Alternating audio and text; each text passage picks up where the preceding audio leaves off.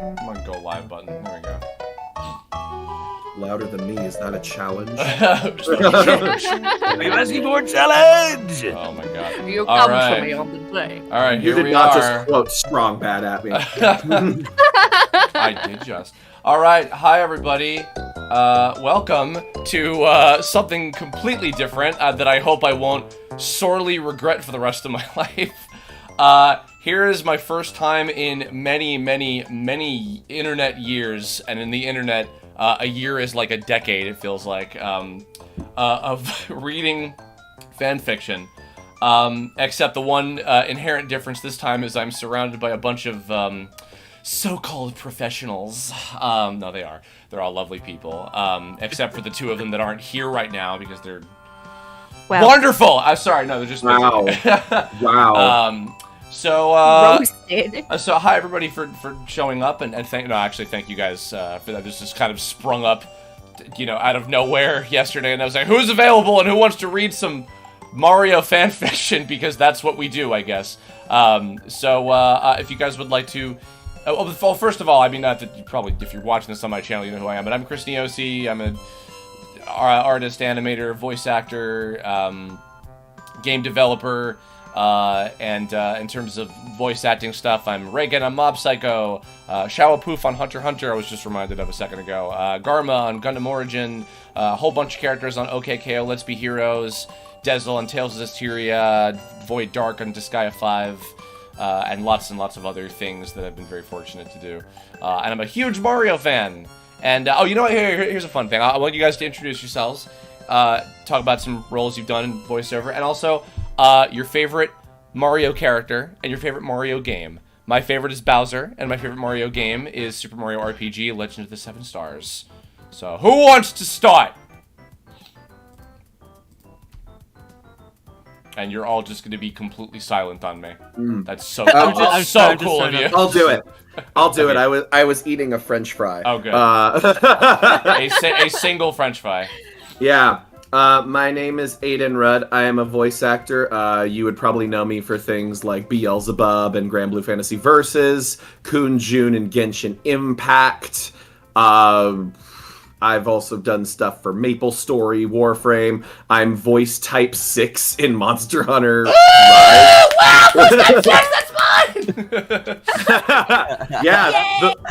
Yeah, I am a number.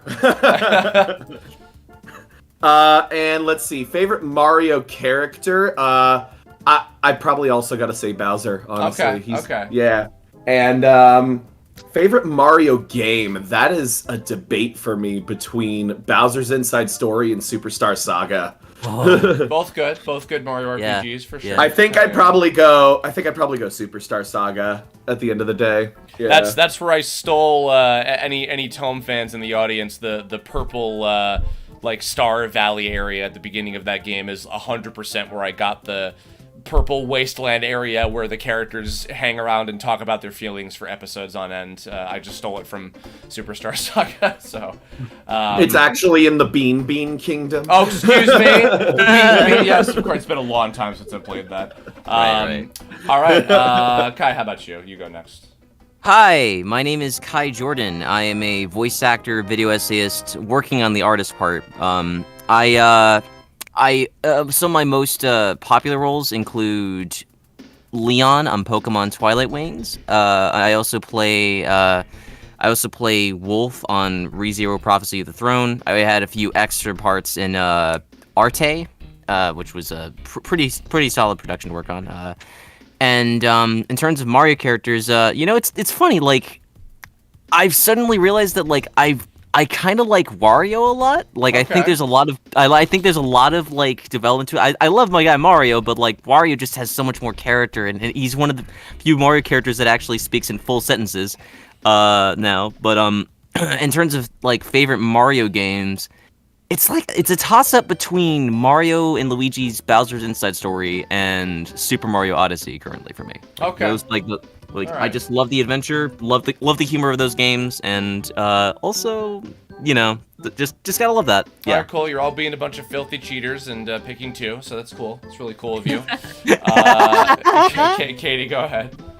Hello, my name is Katie Johnson. I am a voice actor, and some of the things you might know me from are Kelly from Class of '09. I've also done a lot of work with a lot of YouTube channels like Yo Mama and Dr. Crafty. I've also done some work with Team 4 Stars, Something Witty Entertainment. Lots of internet people that are really cool. And yeah, go get Class of '09 on Steam. It's real neat. Oh gosh. I'm very basic. I love Peach. Okay, I love her. okay, that's good. I love pink and cake and just all of it. But in terms of my favorite game, she's not really involved very much. Super Mario Brothers Deluxe was my first ever on the Game Boy Color. Oh my and God. it is. I used to have it plugged up overnight so that I could keep getting coins. I Wow. used to stay up late on road trips playing it. I had the little light. Yeah. At bedtime, I went in on Super Mario Brothers Deluxe and I got everything you could get. I am pretty sure I broke my Game Boy Color. Yeah. Pounding it into my bed when I lose in the lost level stuff. Oh my Just gosh, so and much. Yeah. and I would get my Game Boy Advance too, and once that had a built-in light for nighttime, it was over. Oh yeah. So- Oh yeah. Yeah, It's so funny because also you're an avid cosplayer for as long as I've known you. Yes, And you've yeah. you've never done Peach, have you? I haven't. One of my most popular cosplay, I did low-key, Wendy's paid for one of my costumes. I cosplayed as the Dungeons & Dragons campaign version of Wendy, the armor. And they gave me money things, and that was cool. They also gave me free food. And Wendy's, if you out there, hit me up again, Nintendo, girl. if you out there, you want to have her be Peach cosplay for something. Yo, Hello. Lego. Cool. But yeah, I did all the cosplay things too. Sweet. Yay. Excellent. Well, we're hopefully going to be joined also by the lovely Mark Allen Jr. And then Danielle Chambers, both lovely people who I adore very much so. They'll hopefully be joining us. They're very busy with doing voice recording work at this moment, and we're all a bunch of bums, and we have nothing better to do than read Mario Fanfiction because sure. I just gotta make sure I don't blow myself out because I have a job tomorrow. So. No, of course. Well, we'll all be as vocally unstressful as possible. What I think we'll do when we get into this, is we'll trade off narrating chapters, and we'll kind of just pick some characters as they come and everything, and just try to keep it as even as possible with everybody, make it fair and fun. Yeah. Are we doing this like a Twisted Toon style, where we just pick random, where we just cast each other as random people, or we're just doing what comes to Oh, I head? love it. We'll play it by ear. And actually, before I get into talking about the thing that we're going to read, I actually want to talk about something really important to me that I came up yesterday. For those of you who don't know, earlier this year, sadly, a great voice actor named Theodore Nikoloff, who was better known in the voiceover world and on camera by his stage name Walker Boone. He was the voice of Mario in the Super Mario Brothers 3 and Super Mario World cartoon series. He took over for Mario after Lou Albano did the Super Show.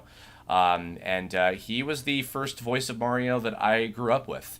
Way back in the 90s, I'd wake up, 7-something in the morning and watch it, in syndication, Mario World and all that stuff. And if you definitely know the infamous Mama Luigi episode of that show that was, YouTube pooped to death and beyond, you definitely are familiar with his voice. He sadly passed away earlier this year, and, so just wanted to, give a shout out to his fantastic work, on those cartoons, and his performance was still very memorable to me all these years later. So I just want to give a word of kindness to his family and children who lost him earlier this year in January of 2021. So here's to you, Theodore Nikoloff, aka Walker Boone, for wonderful work that I'll never forget from watching those cartoons on weekday mornings before school. And now I know how a meatball feels. So rest in peace, sir. So that other way, I just wanted to mention that because that came up yesterday, and felt it would be remiss to not mention. But so on to today. So This is the Super Mario Saga. A little bit of backstory about this. So I haven't read this fan fiction. It was pretty much the only fan fiction that I ever followed as a child in the early 2000s. It was hosted on a little website that's still active called Super Mario 128 Central. This site was infamously known, and probably even to you guys with me right here, though you might not have known it by name, this was the site that popularized and if you go to the fountain and you spin around 100 times and collect blah, blah, blah, and do all these things, you can unlock Luigi in Mario 64. It's totally real. He's a totally real, not photoshopped picture that this website popularized. I am learning so much lore. Yes. I genuinely have never read a Mario fanfic in my life, but I know of the internet culture of it, so I'm very excited to just be thrown in here. This was one of the this was one of the first this was one of the first websites that in fact, actually, another little thing for fans of Tome, because I'm just too self-indulgent. A lot of people know that the characters in Tome are based off of people that like I met on a message board. Actually, shortly after the time that I was reading this this fanfic, the Net Kings, who were like the creators of Tome, they are not based on people necessarily, but more so websites. So Chief Bitopio or Bitram or Blitz 128, whatever, different names he's been throughout the years. The mushroom guy from Tome is pretty much inspired by this website, because I went here every day. And Kirby's Rainbow Resort and the Mushroom Kingdom and Kanzenshu, all these different sites when I was a kid. And so this site has I have a bit of an attachment to, and I used to read this fan fiction and wait longingly for whenever the next chapter. Oh, and by the way, sorry, before I forget this, big shout out, thank you to Starry Seasalt and Supis on Twitter yesterday. They painstakingly went through the Wayback Machine and found archives of this fan fiction. Because this is apparently this is the second incarnation of this series, as I've learned Jesus. Now. Yeah, but this was the one that I read, and I've not read it in years. I just remember that it was kind of dark and edgy, but not inappropriate as far as I remember. There's nothing Hello, my name is Ebony Darkness the Venture Ravenway. No, I don't know. We're already there. Listen, I will give a warning ahead of time. I don't know if there's going to be anything that might be outdated or bad or anything. I just remember that there's nothing not safe for work or anything weird like that in these. I just remember it was very edgy, what if Mario was serious and stuff, and there was lore and stuff. That's what I remember about this. So we'll see. I guess I should apologize in advance if something unexpectedly comes up that's I don't know, not cool for the year 2021, but an age, well, it is what it is. It's from as you can see, my conscience is clear because the dates are right here from 2003, 2004. Tome was just a thought in my mind at that time, and not even any kind of cohesive thing. Nickelback was taking the nation by storm. He sure was. Oh my God, what a time to be alive! So this is the Super Mario Saga, written by SolarGamer. I don't know how long we're gonna go for. There's 7 chapters, one of which is a prologue. So I think we could probably get through all these in an hour or so. And we'll start off with just the 4 of us. So to begin with, why don't each paragraph we'll trade off a person. So we'll do. Let's see. I'll start off. Let's have the current. Here, let me see. Okay, it'll be me and then Kai and then Katie and then Aiden and then back to me. For now. Okay, so that'll be our order. So, and you guys can see my screen, by the way. I'm sharing with you guys. You can see. Yeah. Good. Yeah. Alrighty. So just this first one, because this is if I'm remembering correctly, this is setting up a bunch of lore. So let's do our best cool epic narration voices. I'm gonna do not be fooled. It's nothing dirty. I promise. This noise that you're hearing is just my desk that can electronically go up and down. So. Anyway, Here we go. Here we That's go. lewd. That's lewd. Yeah. See, I told you I was gonna go south. Wow. All right, here we go. The Super Mario Saga, written by SolarGamer. Our prologue chapter, The Prophecy. Once upon a time, a long, long time ago, before the human race, before dinosaurs roamed the earth, before any and all organisms, before the first grain of sand, before time itself existed, before the infinite expanses of the universe, there was nothing. Nothing, that is, except a blank canvas that, in itself, never really existed to begin with.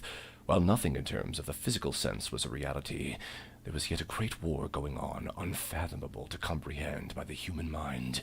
It was here, during this time of complete and utter emptiness, that the epic battle of good versus evil first began. As evil and goodness began to take form, the struggle between the two entities began to intensify before the cataclysmic event occurred in the form of a binding white light. The explosion of the forces was so drastic and so extreme that the remnants of the battle could still be seen today in the form of the starry universe. These infinite stars, so concentrated with the purity of love, was the very birthplace of the protectors of the galaxies, and thus the sacred star spirits were born. Many a years had passed, in a sense, that it would seem infinite. Something grand was forming during this time, something that would alter the course of the universe forever. 7 of some of the strongest star spirits were collaborating on the creation of something that could only be described as a miracle. Pouring their hearts and souls into their creation, the star spirits were building a road of 7 immensely powerful stars around an empty spot in the universe. The construction of this star road was to be the star spirits' pride and joy, the epitome of love and an everlasting symbol of all that is good and righteous. No one knows exactly who or what or how the was created. But does it really matter? For the planet was created in love, much to the delight of the star spirits. This new world grew within the center of their very own star road, for they now understood that this was to be the home of many creatures that they could love, nurture, and protect. This was destiny! This was fate! As this was all planned before there was even a before. Love was soon to have a home. Unfortunately, all was not perfect in Earth's conception. Once evil and darkness got wind of love's creation, it became jealous and enraged and used all its power and energy to place a powerful curse upon the world. One of Earth's creatures, known as the human race, was destined to do many glorious things during their time in the universe. Yet what darkness saw and knew was that their destiny also held an inherent corruption in the ways of evil, as hatred was a powerful quality in all those who had the ability to think. Evil planted thousands of eggs that were to grow as the humans' anger and hatred grew. Once the intolerances amongst the humans reached beyond the point of no return, it would be then of their own accord that the eggs would hatch, and the beings known as the Koopas would enslave the world. The star spirits fought long and hard to reverse the Kooparan The Koopaharian curse. The Koopaharian curse. But it was I believe in you. Sorry. but it was too late. for the human future sins were so powerful that it leaked into the past. Oh no. While the star spirits couldn't reverse the spell that could control it, that could combat it. Sorry. Let's see. That could combat it, yes. Let me see here. Using all their wits, they cleverly split the Earth into 2 dimensions. On the one Earth, separating the eggs from the world that was to house the human race. Shit, this is so small, man. Sorry, I'm trying to. I'm so far away from it. Hold on, it's like. No, Here, keep Baka going. Mar- Keep going. It sounds like you're doing a walking impression. I love it. Here, hold on. I'm zooming in for you. Okay, hold up. Here. Thank you. All right, is that Thank a little you, my better? man. Hold on. Let me. The Yes, Kooparoos There we go. are Okay. dangerous. All right. There Wait, we where go. was there it? we go. Okay, where was I? Where was I? You know before what? I started would doing love to give you an answer, but I don't have one. I think you were Okay, at the Kukaharios. Okay, here we go. So separating the eggs. Here you go. Go for it. Separating the eggs from the world that was to house the human race. Protecting them from the devil's own Coopaharian race. In rivalry of the eggs planted by evil, the star spirits planted mushrooms all throughout the new world that would absorb all the humans' love in the hope that it might counteract the Coopaharian eggs that absorbed hate and prevent the eggs from ever even hatching. The ancient star spirits truly thought that their smart king had saved Earth from a hellish fate and ensured love's victory over the timeless battle between good and evil. While seemingly the Star Spirit's plan had worked, several serious and unexpected repercussions had occurred. It was true that there were two separate dimensions, but the split had also created a gray area in between, known as the subconscious, or merely subcon. Perhaps the most inexplicable of all, the Star Spirit's powerful good intentions had seeped into the Earth's soil of the cursed eggs and transformed what was once barren and empty lands into a fairy tale universe that's beauty and magic was matched only by some of its most scary and freakish parts. The soil, rich with the essence of love, had absorbed into the mushrooms the star spirits planted, causing the twitch of life to awaken in the fungus. As the time passed on the One Earth, many creatures came out and went during the vast history of its origin, dreading the day of if or when the curse of the Koopa would come true. The star spirits, for over 1 billion years, combined their strength to alter destiny and to give life some kind of protection against the terrible creatures of darkness. Their prayers were finally answered in the form of a prophecy of hope that destiny bestowed upon the world. 2 earthly brothers would be born into one world, and would be raised in another, whom both would one day return to their homeland as the chosen warriors of the Koopas. These twin brothers alone had the power to stop the Koopaharian curse, but if they were to so much as dare succumb to the seductive powers of hate, love would forever be destroyed, and evil would have finally won. Mamma mia! Not understanding the exact meaning of the prophecy, the star spirits came to the conclusion that when the time was right, all would make sense. Oh, is that next one still you, or? Alright, fuck it. The days came when the evolution of the human race began. Much to the anxiety of the star spirits, watching both dimensions closely during this mysterious time, the star spirits became shocked as they witnessed not only the human race spring into life, but the magical mushrooms that had planted. I messed that up. Planted millenniums ago, had also grown souls as they evolved into a new life form. In fact, evolution looked kindly upon all the creatures in the mushroom world.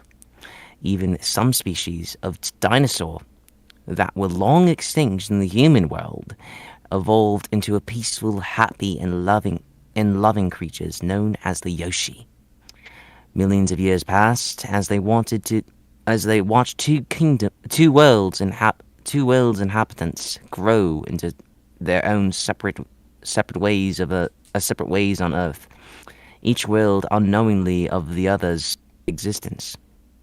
While humans being always while human beings always had a sadistic streak within them, the star spirits were amazed at how peaceful the mushroom people and all creatures in the mushroom world coexisted with one another and with nature in complete harmony.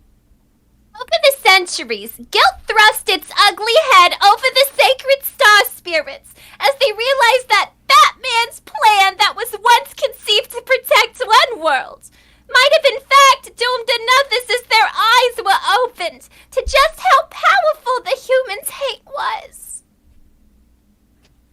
Okay, so here's what happened. That the sacred star spirits finally made sense of the prophecy Destiny had given the Earth so long ago. Whose destiny?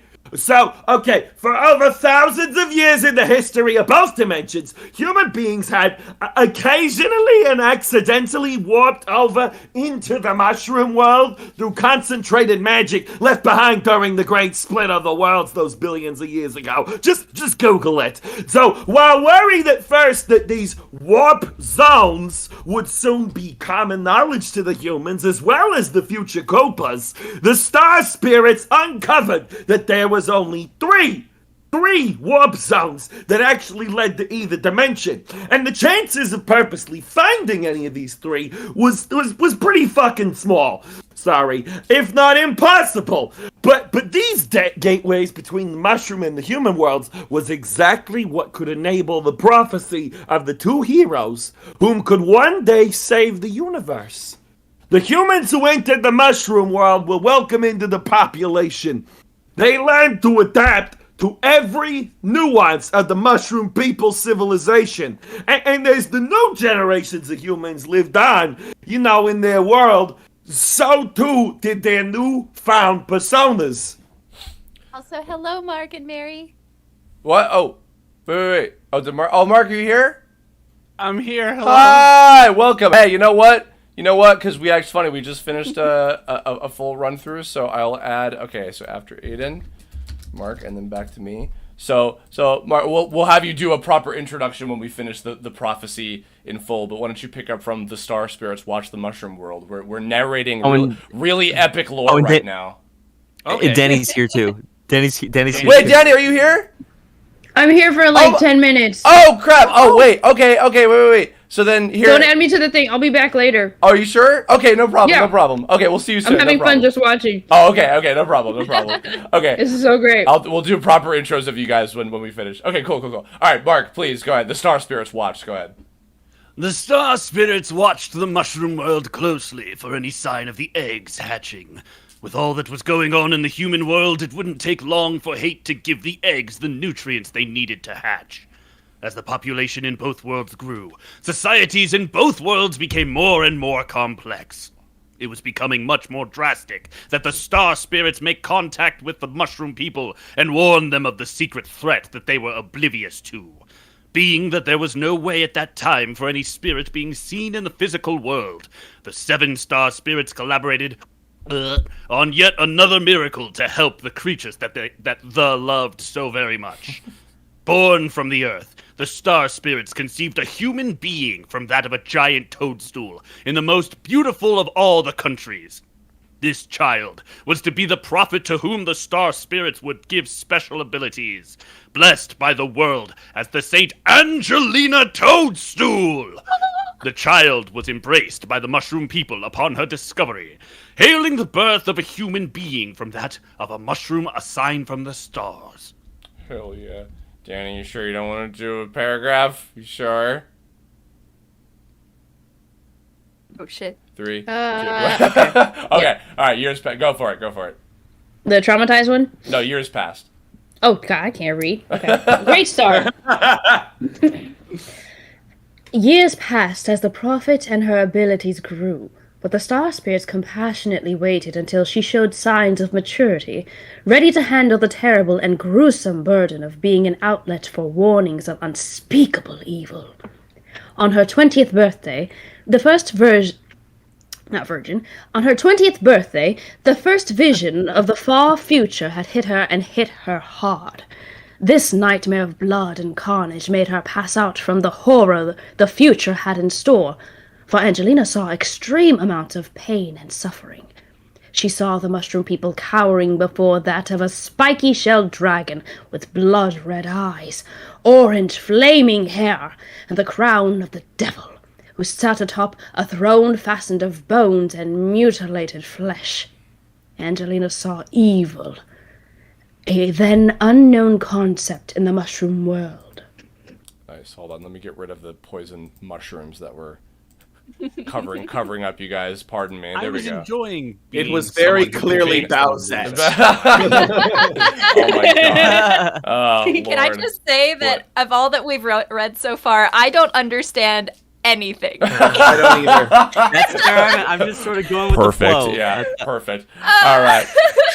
Traumatized by these insights and not fully understanding exactly what was happening to her. Same. Angelina took off, leaving her followers, and disappeared into the cool night air to travel the world. Her journeys took her to almost every land in the mushroom world, as she encountered many strange creatures and odd societies. Along the way, she painted in nearby caves every single vision that plagued her heart. The visions that drove her crazy as 10 years passed, with every single night bringing the same visions of the future haunting her.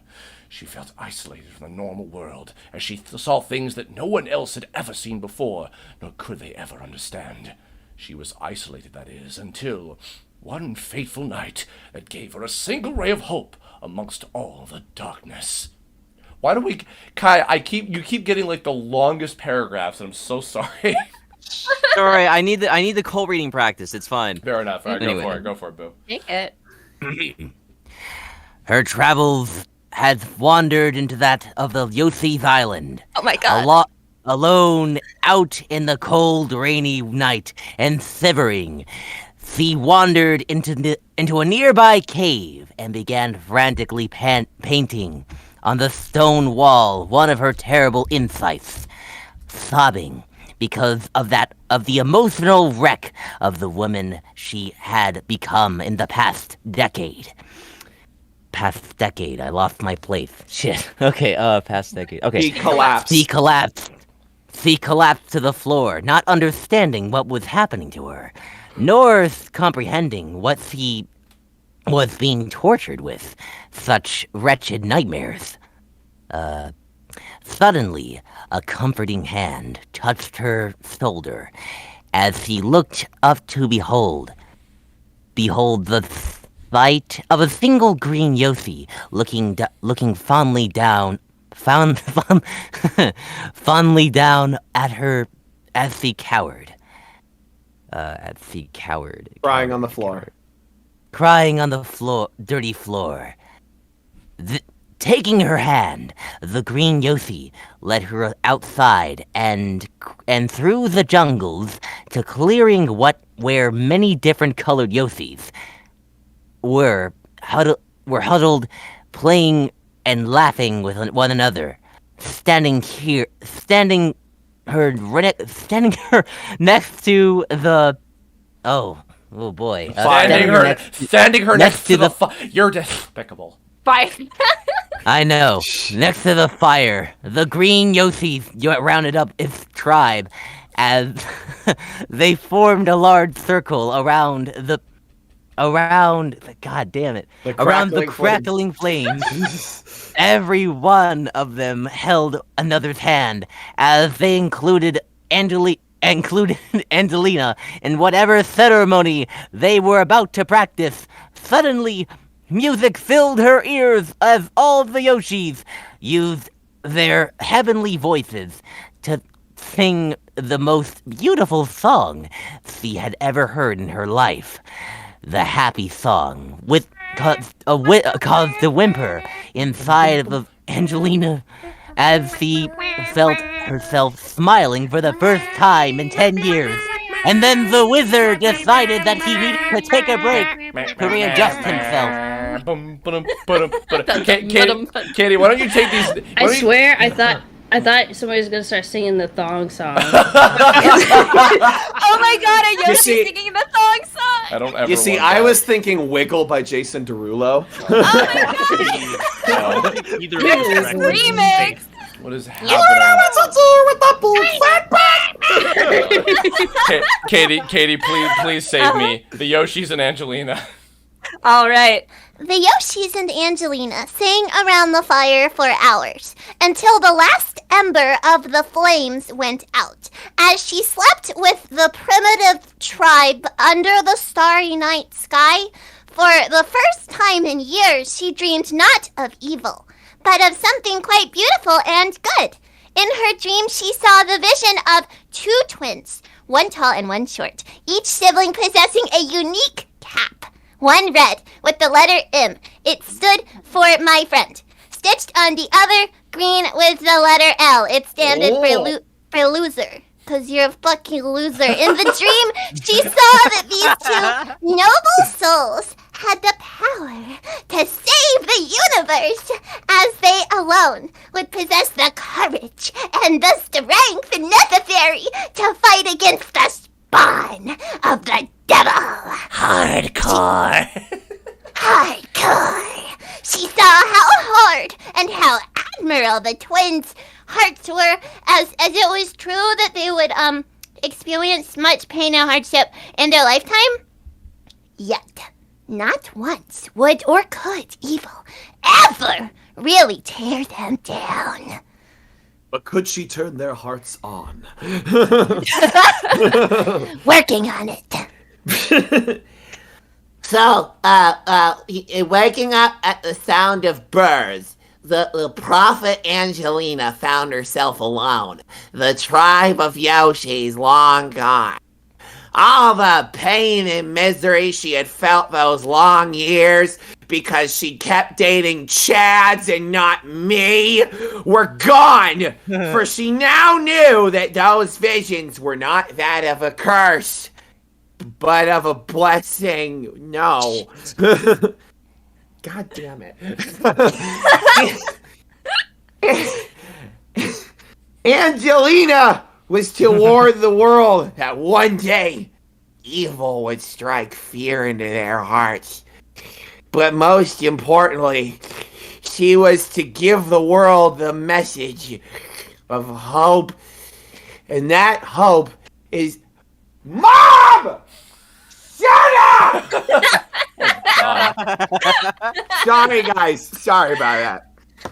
That hope is what she would spend practically her entire life trying to convey to the world. This is an evil place. Oh, God. I think it's Mark's turn. Mark, save me. Okay, I will save you. Here you go. As Angelina stared at the spot where the fire blazed all night long, she and the Yoshis had sung beautiful songs. A tear trickled down her face. This was not a tear of despair, mind you, but rather a tear of pure happiness, an experience that deeply changed her life. As the tear fell to the ground, it planted the seed of happiness that would later grow to bear the fruit of the warm emotion and be the heart of Yoshi's Island. This plant, known simply as the Super Happy Tree, would stand as the marker of perfect joy that was felt by one of the most tortured souls at that time. I don't want to be here anymore. The plant. The plant grows ecstasy. Danny, you're up next if you want to do another one. Okay. Okay. After years of wanderings, Angelina had returned to her homeland, where she was once again hailed upon by her many followers. So happy they were at the return of the human born from the mushroom that Angelina was instantly crowned the metaphoric queen of all the lands. And even as the small kingdoms of the mushroom even the small kingdoms of the mushroom world bowed to the prophet, Angelina immediately preached to the people of all that her dreams had shown her. And while scared initially, Angelina promised the people that 2 brothers born of the mushroom world and raised in another world would one day return to fight the great evil that would plague them.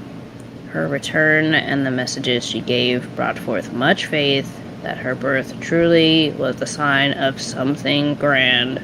Wow, Ray, that was great. Yeah, I'll do this now, yeah. Watching the precious Thanks. Angelina Toadstool suffer those many years was the hardest thing the Star Spirits had ever done, yeah. But it was the only way they could make their presence known to the girl.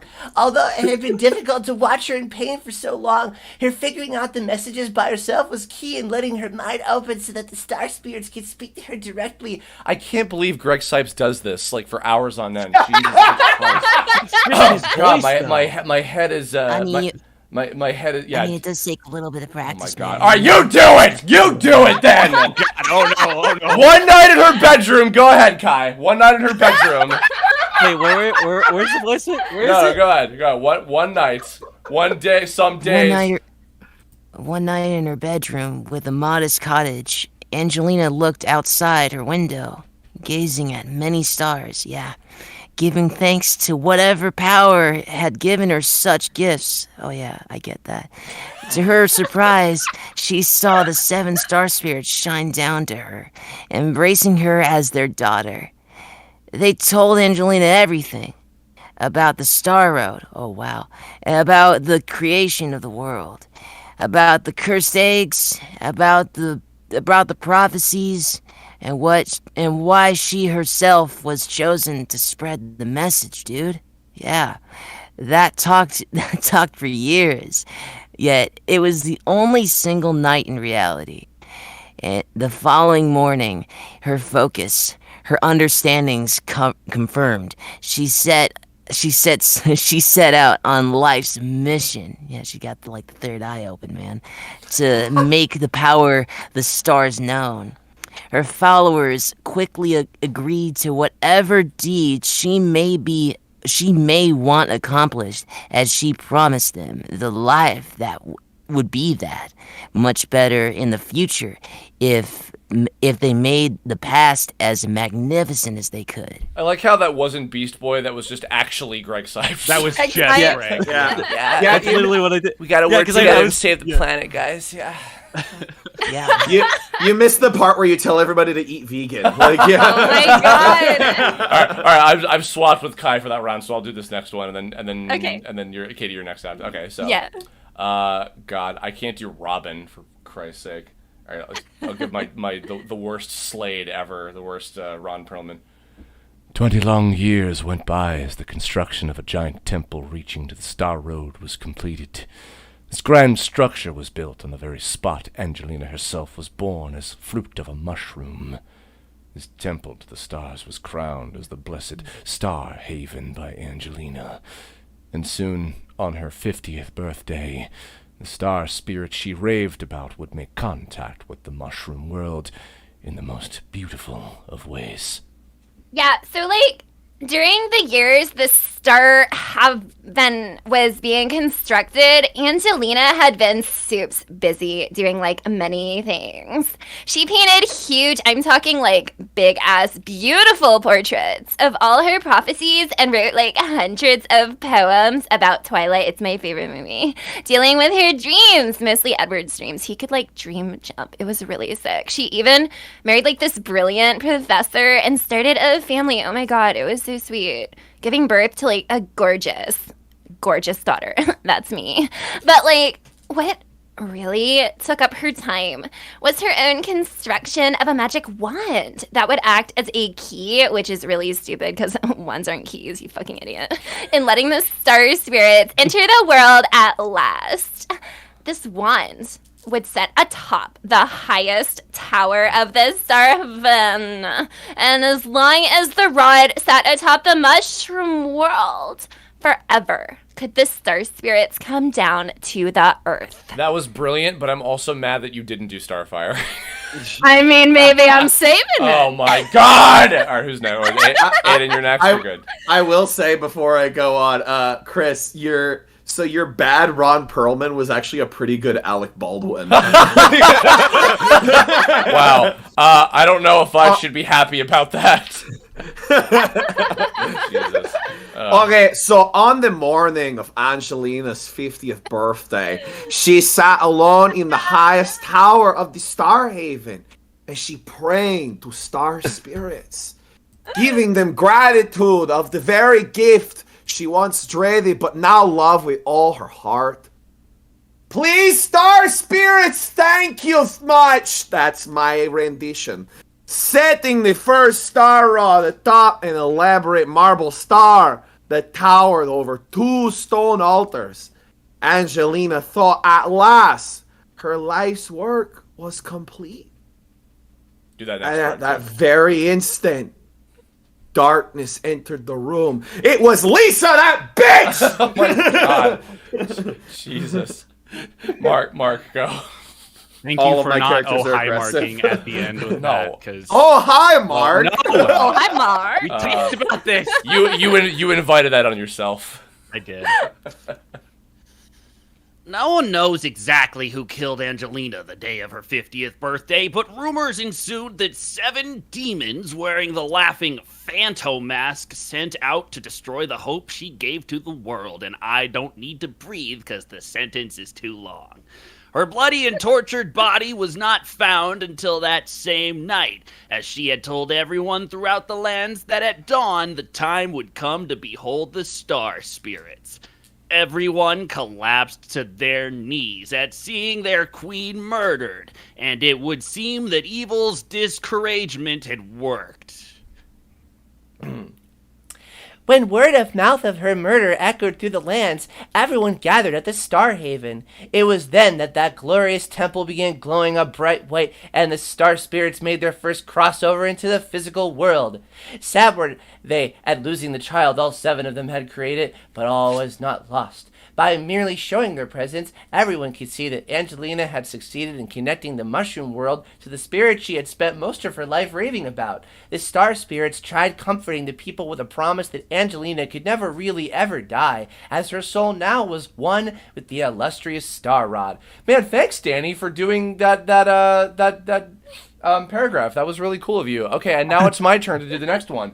The entities that begged the mushroom world to forgive them for trapping them in a world that was to be cursed in the future. As a way to atone for their mistakes, they promised to grant wishes to any creature so long as it was unselfish and thoughtful. They told the people that they were originally going to cross over to the physical world that day to give thanks to Angelina for all the good she had done in the world and in the universe. They were to tell her that she had done everything she humanly could do, and as gratitude, the star spirits were to give her a heavenly present of 120 magic stars that would forever protect her. Yet, being that she died before having the chance to receive her present, the star spirits instead bequeathed it to Angelina's widowed husband and now motherless daughter. To this day, the 120 Toadstool Power Stars have been passed down generation upon generation in the Toadstool family line. I'm a good voice actor. Great diction. My ears. Thank you. Kai, you can take these next two because this one's tiny. All right, let's see. Okay. Thousands of years passed since the day the great prophet and first queen of the mushroom world passed on.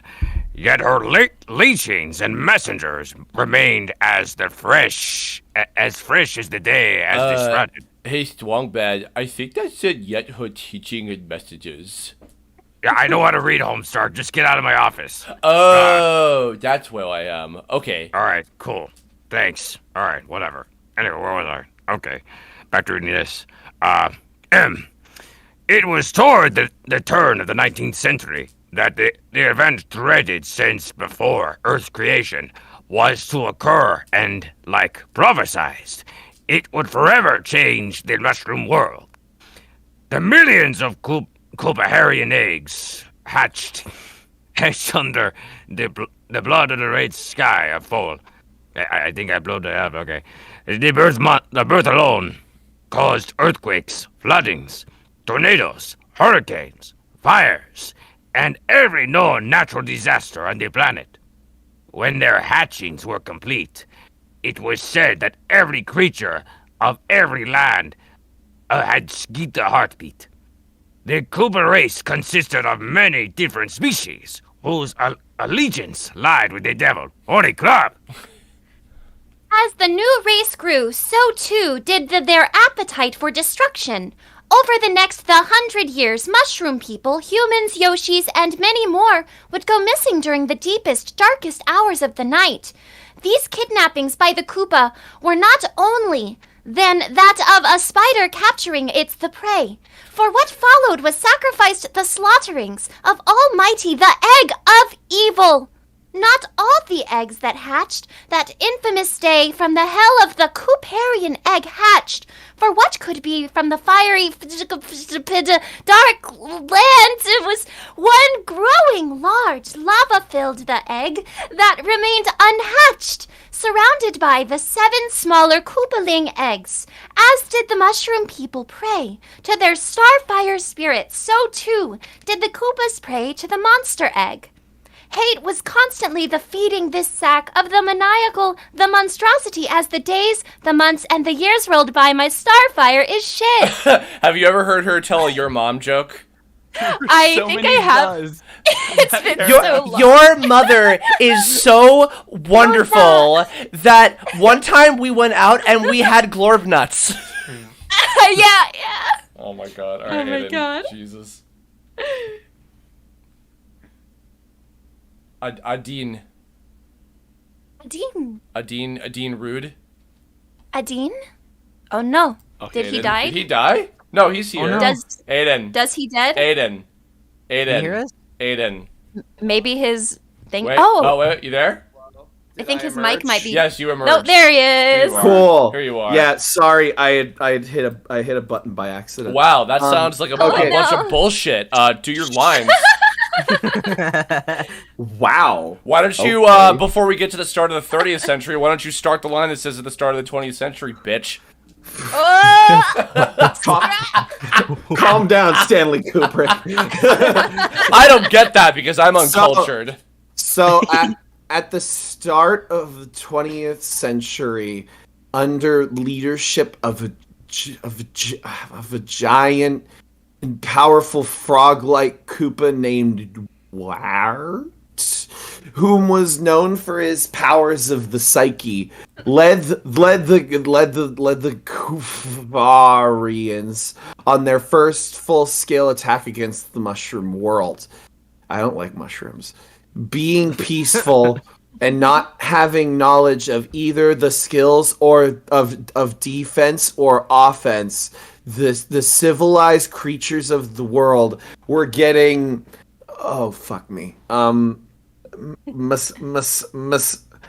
messiahed, I don't know, at the hands of the all too well masters of death.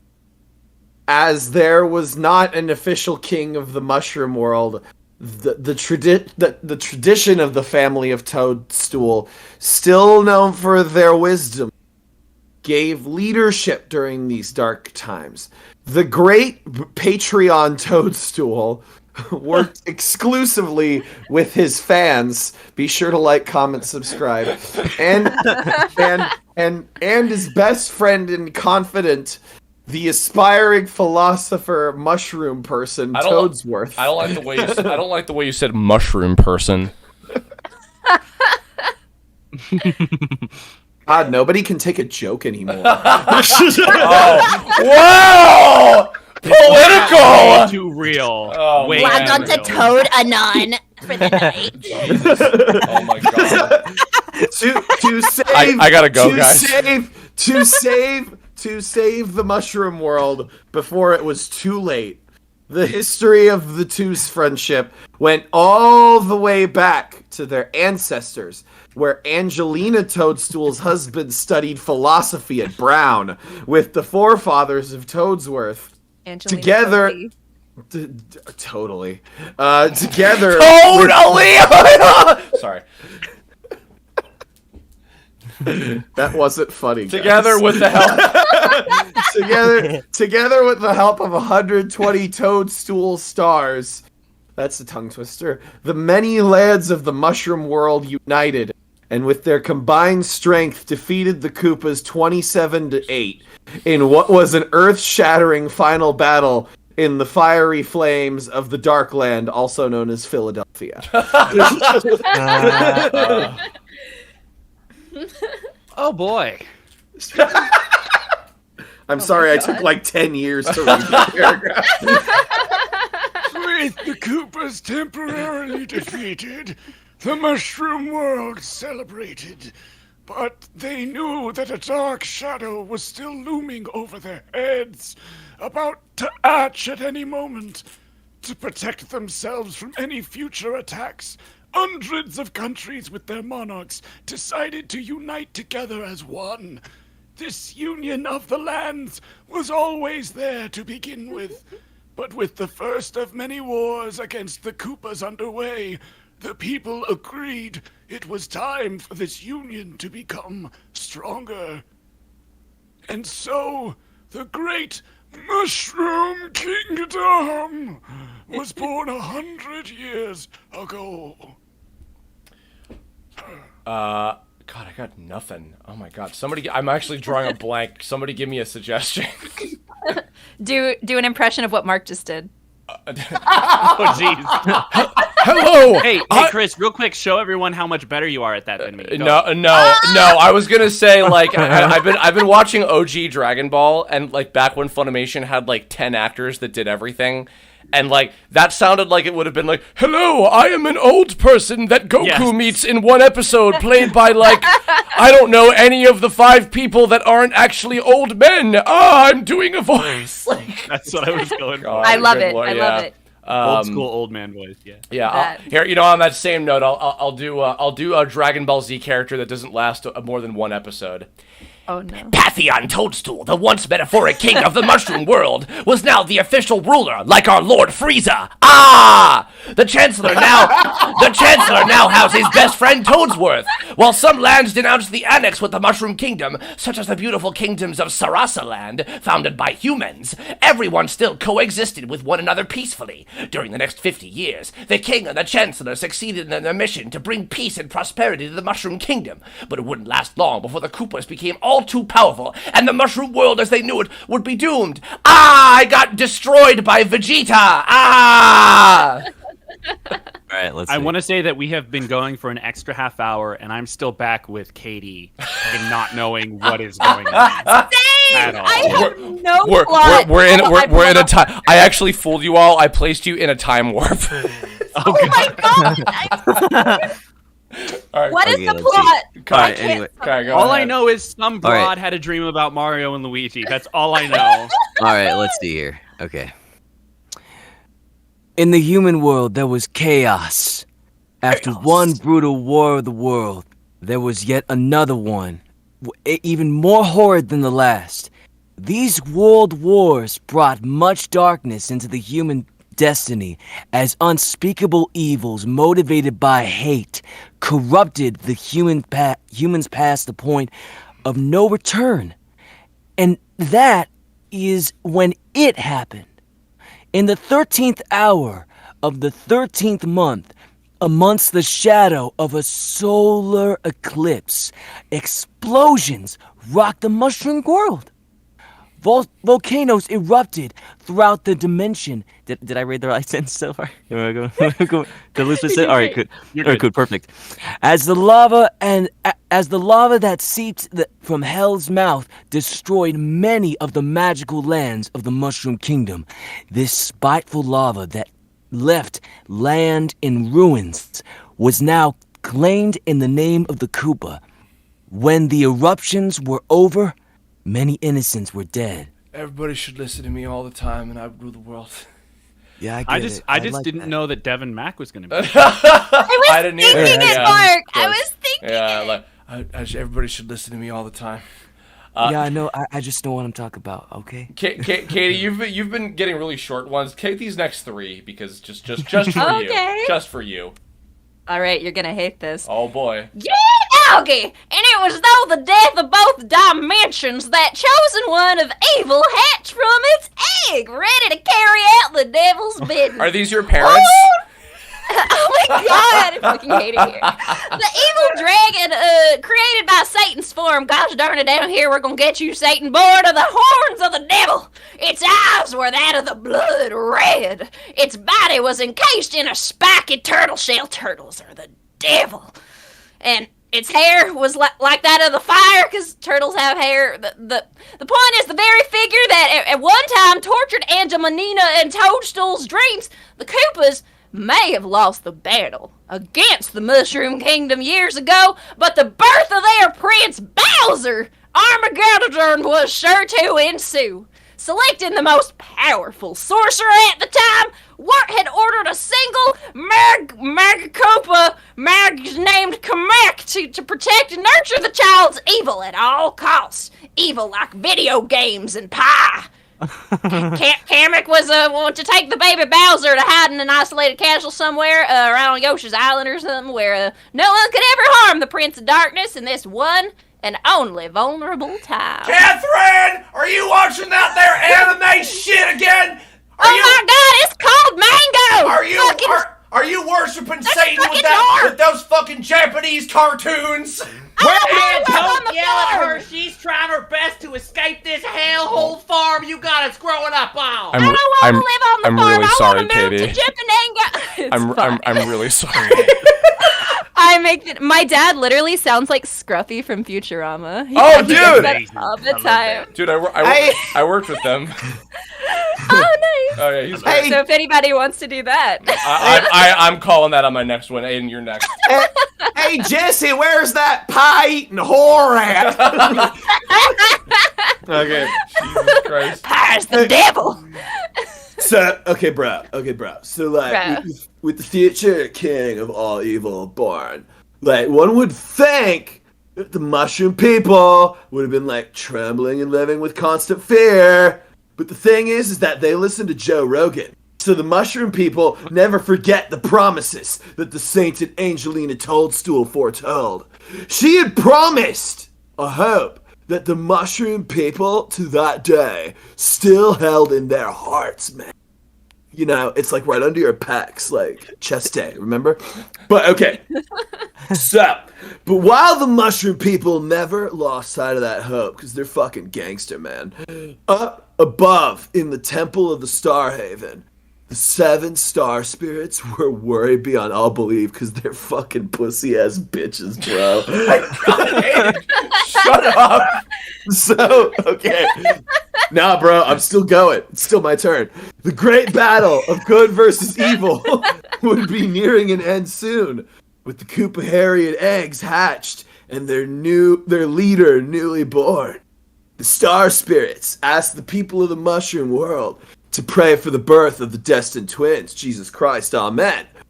Now, more than ever, was the union of loved souls essential to their survival. I'm really glad that you were the first person to just drop the word pussy on a live stream on my channel, Aiden.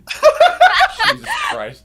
Mark, I didn't know that was on the table. Wait, what was the rating on the... Yeah, I was trying to keep it family friendly, but... Rated E for everyone. People were saying fuck, so I was like, okay, we're good. Well, here we go. All right, Mark, it's your turn. On the eve of the anniversary of Angelina Toadstool's birth and death, all of the planets in the galaxy lined up and throughout the heavens did a shower of shooting stars rain upon the mushroom world.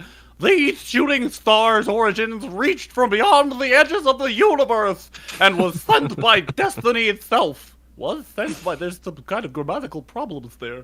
All the good creatures in the world could hear what sounded like soft music during the star showers. There's a lot of F's in that sentence. Relaxing and putting the world at ease, for they knew that at last the age-old prophecy of hope was coming true.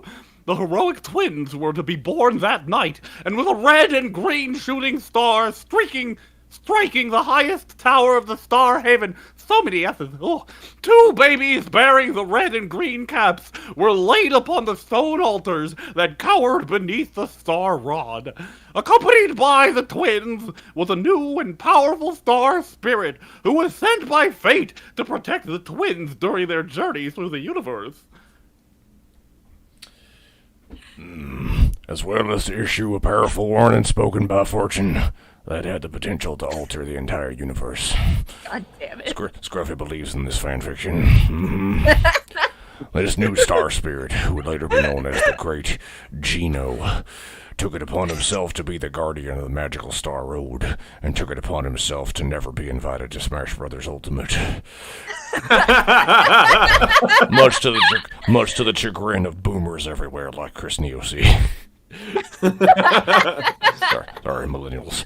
For the message spoken from Fortune's own lips was that any individual soul who possessed both the 7 Star Road stars as well as the 120 Toadstool Power Stars would forever become invincible. I gotta watch Invincible at some point. While seductive in nature, this concept is the universe itself will be destroyed by such an overwhelming occurrence, and the past, present, and future will be erased from existence. Mm-hmm. Dad! Here's to you. Oh God! Speaking of, Did anyone boy. do Okay, let's see here. Killer Bobby Hill? All right. Yeah, you can when you get to do it again. So. Okay, let's see here.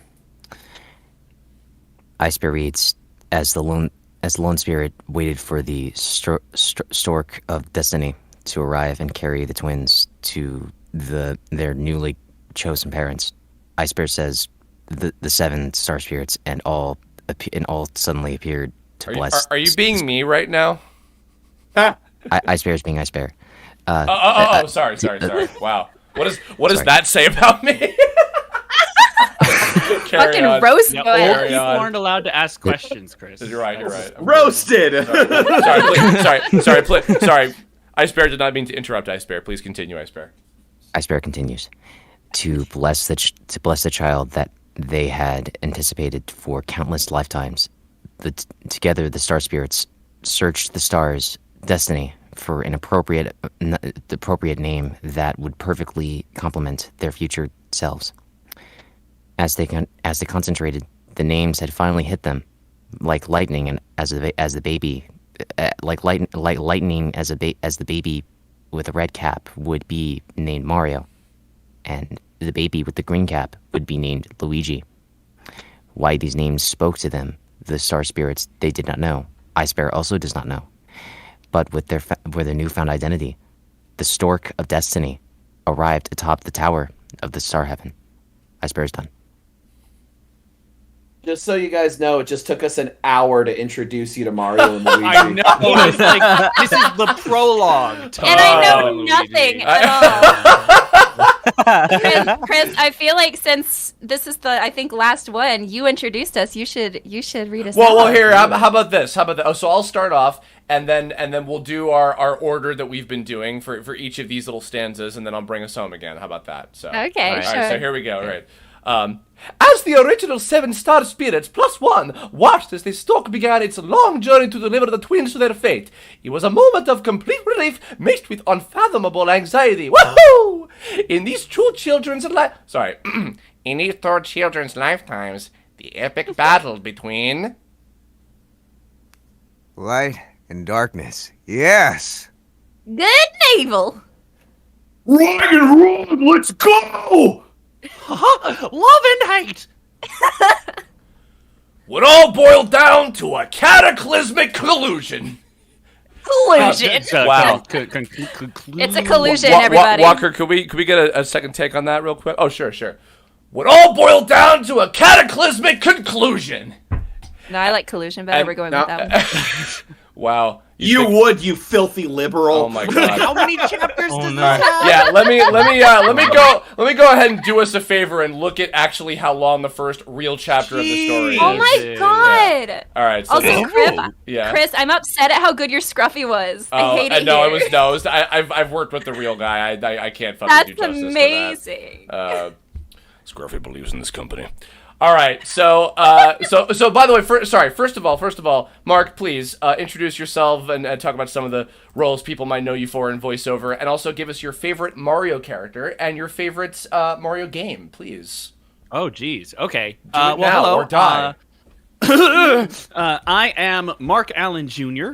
You might know me as the voice of Ukyo Sayonji in Dr. Stone. Hell yeah. Ren Koha in Magi. Yota Narukami in The Day I Became a God. and several other things. Check me out. I do stuff. Let's see. My favorite Mario character is really basic, but also very specific. It is the dark blue Yoshi, specifically as I refer to it, sexy blue Yoshi. It's not a sexy Yoshi. It's that the blue is a sexy blue. Why specifically? I'm assuming that's the dark blue Yoshi as opposed to the cyan Yoshi. Why that one specifically? I'm curious. Because the cyan Yoshi, if he jumps in the sky, you lose him, but the dark blue Yoshi, if he jumps in the sky, you can see him. Of course. Yeah. Also, it blew Mario. I don't fucking know. Can we You put did- that that was Yoshis excellent. in the night That sky was or like excellent. shooting stars? I don't like the way you're saying. I don't like the way you're saying dark Yoshi. By the way, there's a black Yoshi. Thank you. First of all, Oh my goodness. That's our word. Excuse me. Yes, sorry. I'll never say Yoshi again. Shit. Dang it. Chris, come on. As a Yoshi, I'm very offended. Yeah, no, favorite Mario game, probably 1,000 Year Door? Probably. Yeah, that's a good one. That's a good one. Hell yeah. Cool. All right. Okay, so let's see if we can do at least one more chapter of this, and then maybe we'll come back. Maybe we'll make this a multi-parter stream series in the future. I honestly, I remember these being a lot shorter.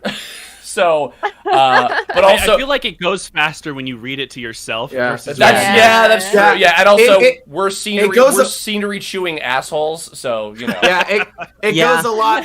It goes a lot slower when you're being that self-indulgent. Of course. Of course. So if we do this chapter with a little less extra, right, of course. So that's not gonna happen. So by the way, so also this is the first one that actually has like characters speaking. I believe that this is Mario's parents that we're going to be hearing. So for when it comes to the narration, we'll trade off, like we've been doing, of course, like before. And then when it comes to so here's what I'm thinking. Whether we do it this session or not, I kind of want to make Mario and Luigi and the characters sound like they did in the cartoons, kind of in tribute to what we were talking about earlier. So in which case, their parents, I guess, probably wouldn't be like Italiano. They would probably be New Yorkers. So Katie, since you're first comes first serve, you can be Mario's mom. Hell yeah! And who wants to be Mario and Luigi's New Yorker dad? I'll do it. I'll okay. do it. Okay, cool. Dad. Okay, cool. I mean, husband. That's weird. Daddy. No, please. All right, well, we're done. Thanks for coming, everybody. See ya. All right. All right. Yes, that's right. Talk to your daddy. Hey, you don't talk to me like that in this house. Jesus Christ. All right, here we go. All right. An hour later, Chapter 1 of the Super Mario Saga. Sins of the Past is just such a fucking title. It's such there's such so a much weight to it. Like I feel like this is I feel like there's gonna be something sexual to this, but it's Mario, so I hope not. So welcome to Sins of the Past. All right, so I'll just to keep that tone appropriate as we seem to be thinking because we're all immature. I'll start us off. Chapter 1: Sins of the Past. Oh. They had waited there for hours that night, standing atop their two-story mansion and staring above towards the blank night sky. It was deep into the hours of darkness now, and the normally active forest that was surrounding the house was eerily silent and forbidding. What was normally a sky drenched in the soft light. I feel really gross doing this right now. Yeah, my ears are dripping. A little bit of blood. I feel like I'm listening to NPR. Good. but like after dark NPR or NTR. Oh my God. Where they're like, today the Dow Jones was up 4 points. It's like lewd Ira Glass. Like Oh my God. God. All right. I'll try to make it less sexy. Sorry. What was normally a sky drenched in the soft light of the stars was now blacker than the blackest of ebony. Sorry, it was. I think I'm gonna end this. I'm gonna end until 10 p.m. I'm gonna end. Oh my God! Yeah, that's when the after hours panels are allowed in conventions. Oh so. my goodness. Oh, good lord. It's true. It was growing cold, and the sharp winds of a storm were picking up. Yet the human man and the woman still stood there on their balcony, gazing into the heavens and waiting for that which was to bring them one of the most beautiful gifts two creatures could receive. Where was the stork? Where was the human man and woman's new child? Kai, please take this shit away from me. They had dreamt of that moment, when they might look down upon their new child's face for months now, after losing not one, but two of their children. For you see, it was little less than a year ago that their lives were altered in the most magical of ways. Yet, that very experience, that was initially so inspiring, had left them in the wake of fate's cruel isolation. Fortune itself had granted them two very special children, whom both man and woman would be their very loving guardians. The couple knew exactly who and how special those twin beings would be to the world, as their birth alone was well known throughout the lands.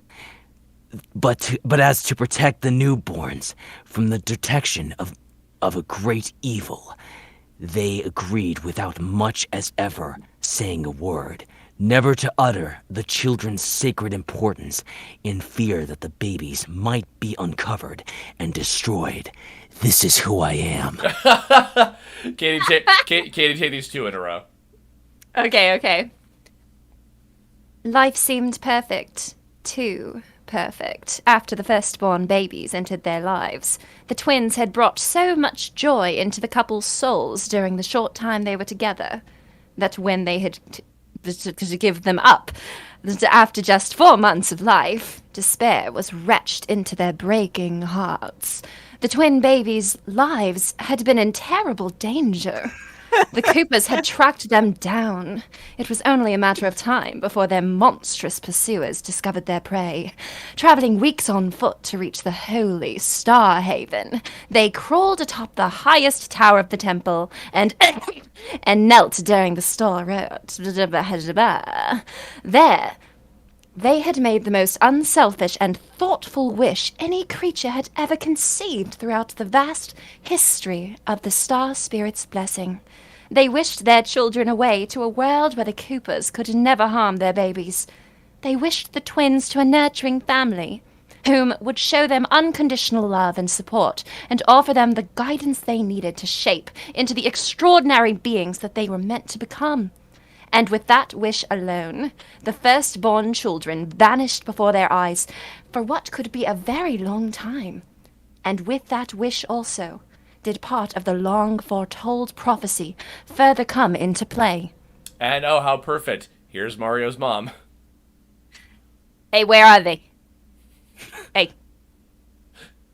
They will be here. Just give them where time. They at?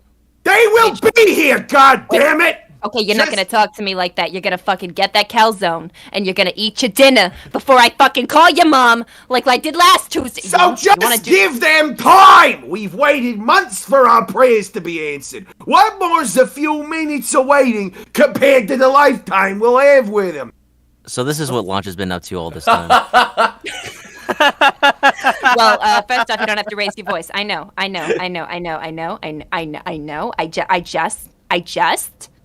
just want this so bad. Aiden, I'm real sad. You can do this narration part. Go for it.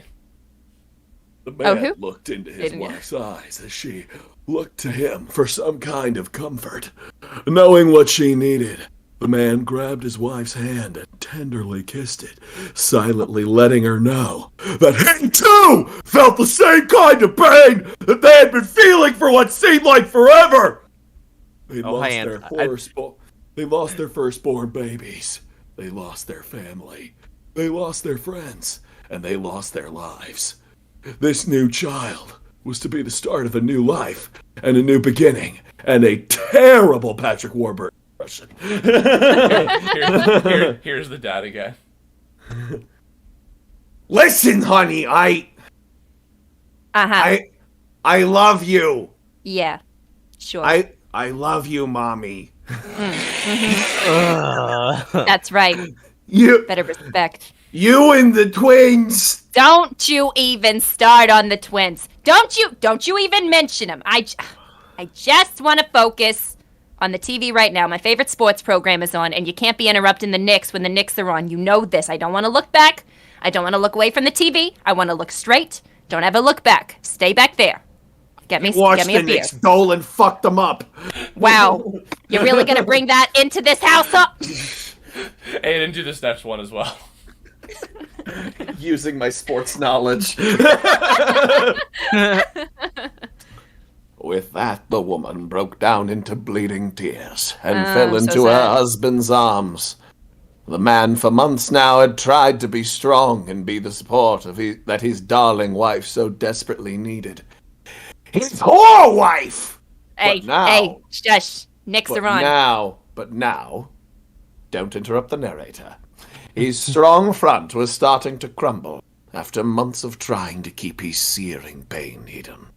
The anticipation for their new child seemed to be greater torture than anything he had ever experienced. And here's the dad again. One day, my beautiful wife... My beautiful whore wife! Yeah, keep talking. One I know day, you sleep. our twins will return to us. One day, we will be reunited with our babies, but not as infants, but as men. Glorious men. Sexy, glistening men. Yeah, okay, Jesus. Big dicked Italian men! Who will have the power to change the world with their spicy Italian sausage. That's right. Respect Grandpa. Respect Grandpa!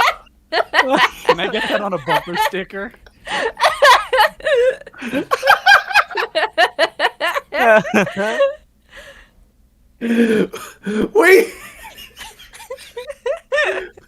They will reunite with Grandpa!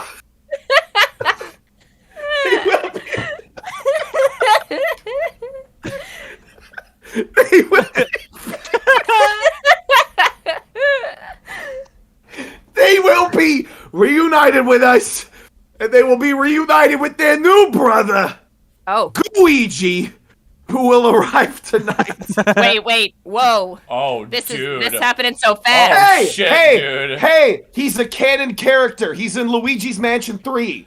Actually, right? Oh my god. All right, Mark, you're up next on narration. And so there they stood, embracing in the bitterly cold night air, the wind whipping around them as they intimately comforted one another, waiting for their new child to arrive. Suddenly, a large clap of lightning illuminated the entire island, causing the cloudy heavens to glow a brilliant purple and gray. What ensued was a shriek of thunder, followed by pouring rain that fell heavily from high above. Hey, come on, come inside. We're out of beer. Actually, go back outside. That's my fucking line! Shit. Come on! Fuck. I think we better go inside! Well, no, I don't want to. You're being an asshole. No. We're gonna wait right here. I'm gonna wait for the beer man. They have those here, right? We got milkman, we got beer man, right? Why, so you can fuck him for some hops? Yeah, what about it? Not like I get any action in this household anymore ever since Junior left. I'm not saying we should give up on Junior. All I'm saying is that we should go inside the way.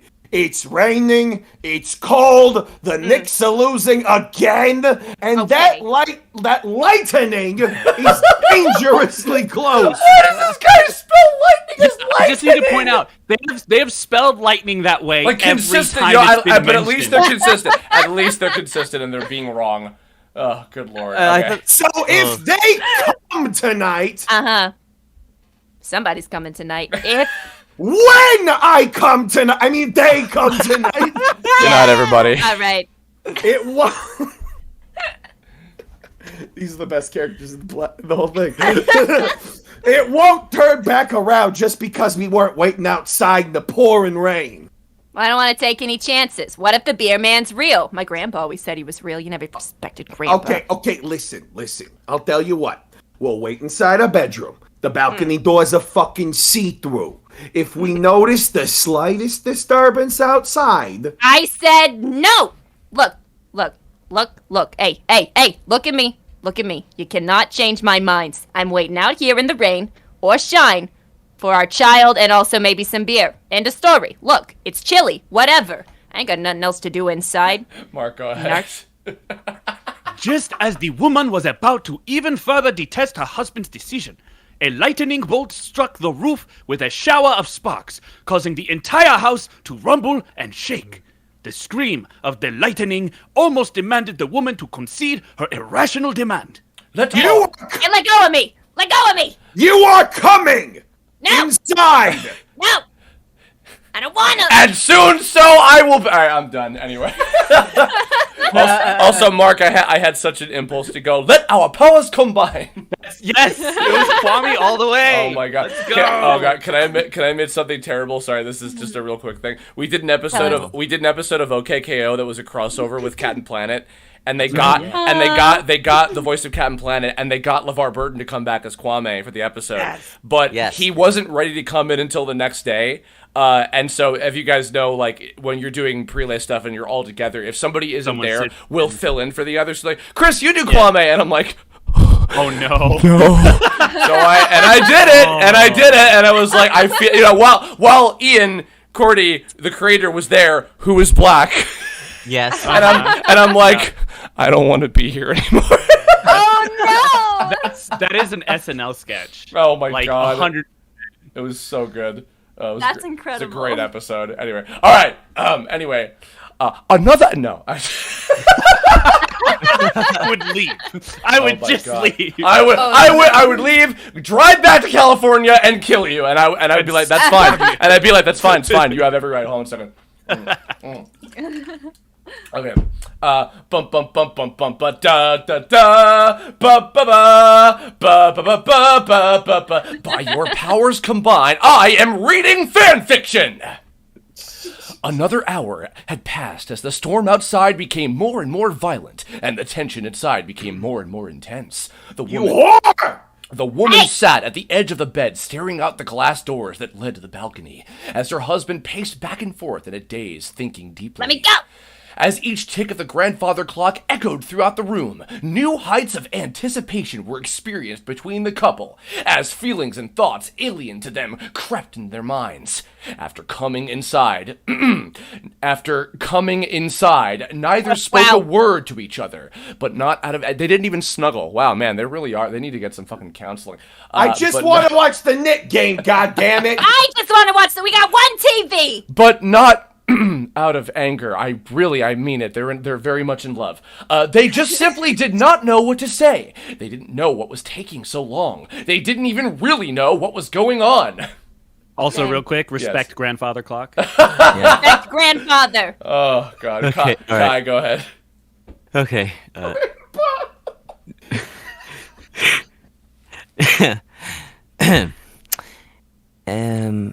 The woman and the woman's lives had been in great danger after they wished their baby twins to a new world.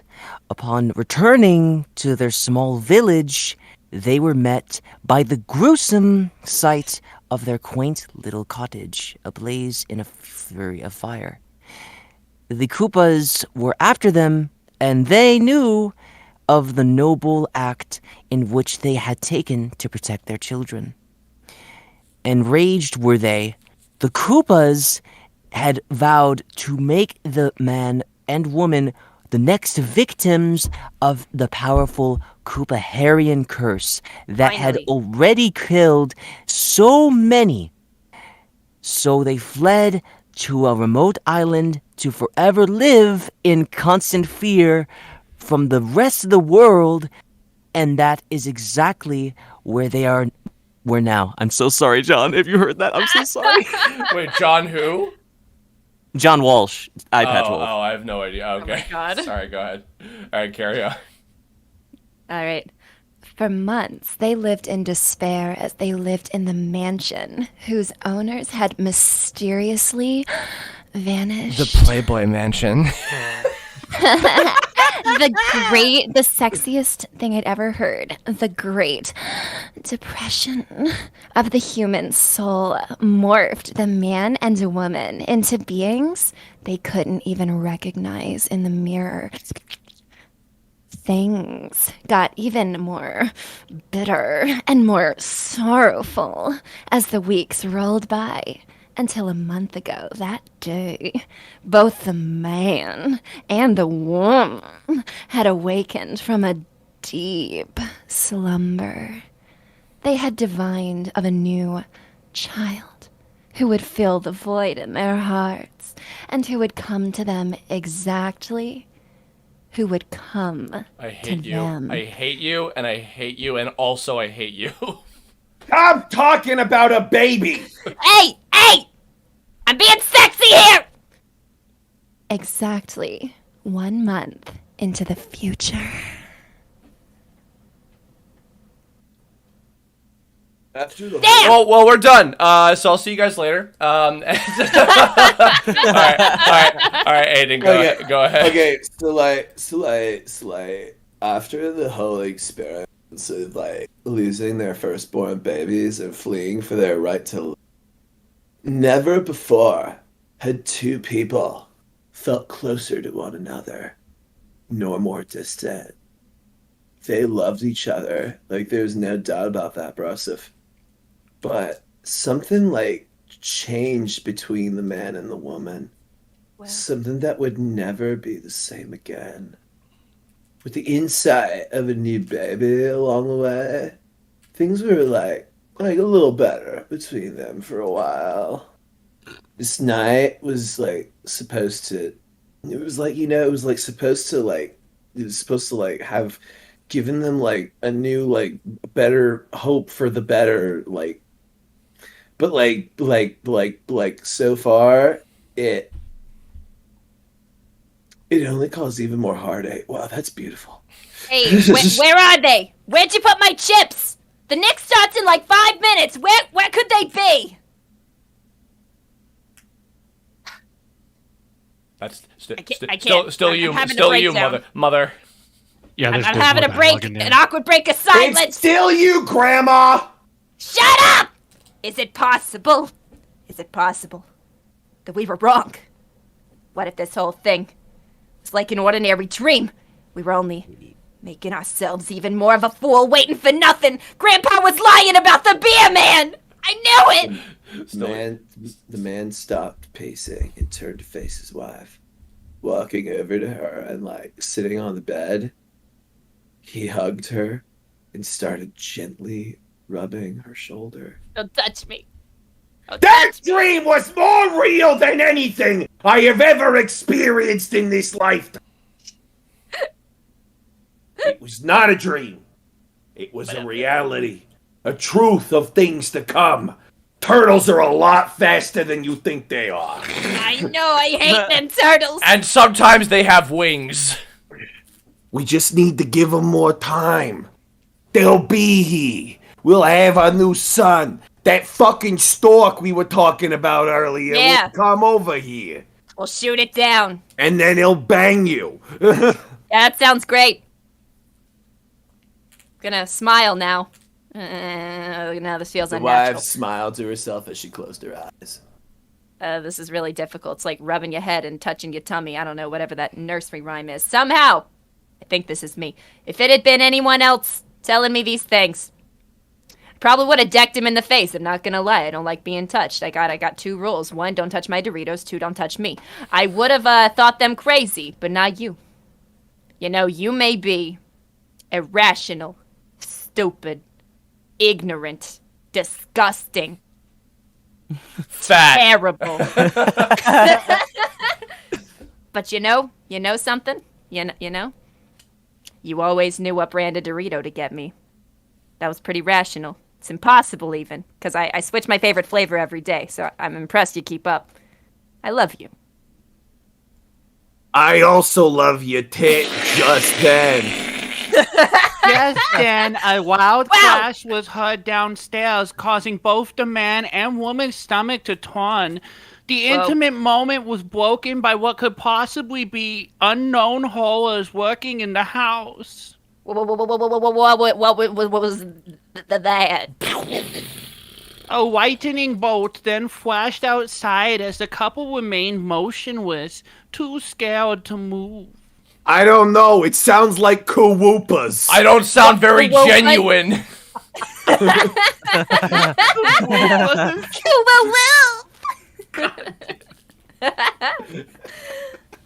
Kuwawoopas.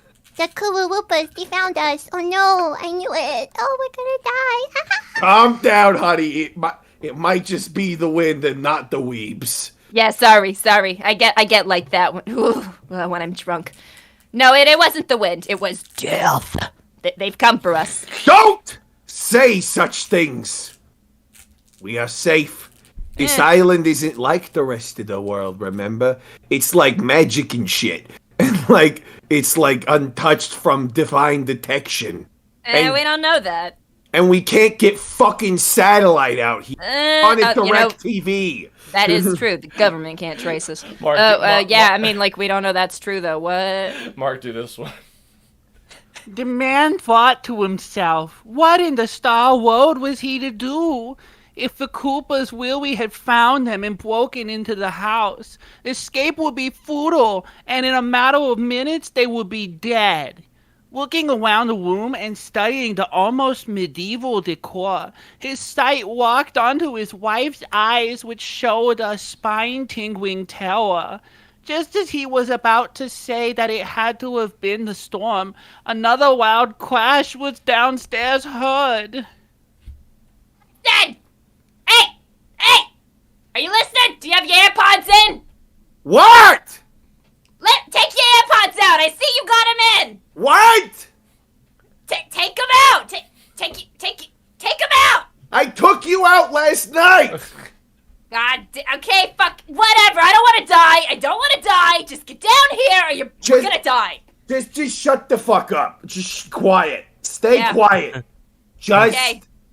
Just be quiet. He said, trying to calm her. I'm played by Albus Dumbledore, god damn it. Yay. I will go downstairs. I will see what is causing the noise. Oh, so now you know how to go down. Wow. Oh, boy! We gonna start this right now? Huh? We gonna start this? This stream's gonna take 10 hours! But yeah, sure, I can't find the clit, whatever. It's wow. Jesus Christ! Woo! Woo! It's probably just, it's probably just, You didn't have any sponsors for this stream, did you, Chris? Go look that up. Yeah. It's probably just the wind.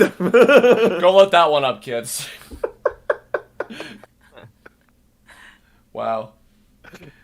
All right. Mom? No, don't. Oh, I need you here, my love. Oh, God, I'll be so sad if you died and I got all the insurance. Oh, no. Don't talk like that. You sound like Willy Wonka. Wow. If you Help. really want to Help. die right Police. now, then by all means. No one's gonna die Let's tonight. die together. No one's gonna die tonight if you stay fucking quiet. Not with that attitude. I'll No, darling. But it was too late. I'll be right back. No! He was already out the bedroom door to face whatever might have broken into his home. Wow. Walking down the stairway, the man's heart was rapidly trying to escape from his chest, just as he had never known more anticipation than that night. So did he never know such an immense fear. Each step he took, the floorboards, the stairs screeched as if to warn whatever being that may be down there his presence. This night had been anything but the hope he had envisioned it to be. It was nothing at all like the birth of the twins when he and his wife had awakened early in the hours of the morning to behold the sight of two adorable babies smiling and cooing at them. Okay, dude. As he walked down the stairs, in the back, in his black and white robe, a soft wind blew around, giving him goosebumps. Yeah. Something was going to happen at any second. What he did not do, dude?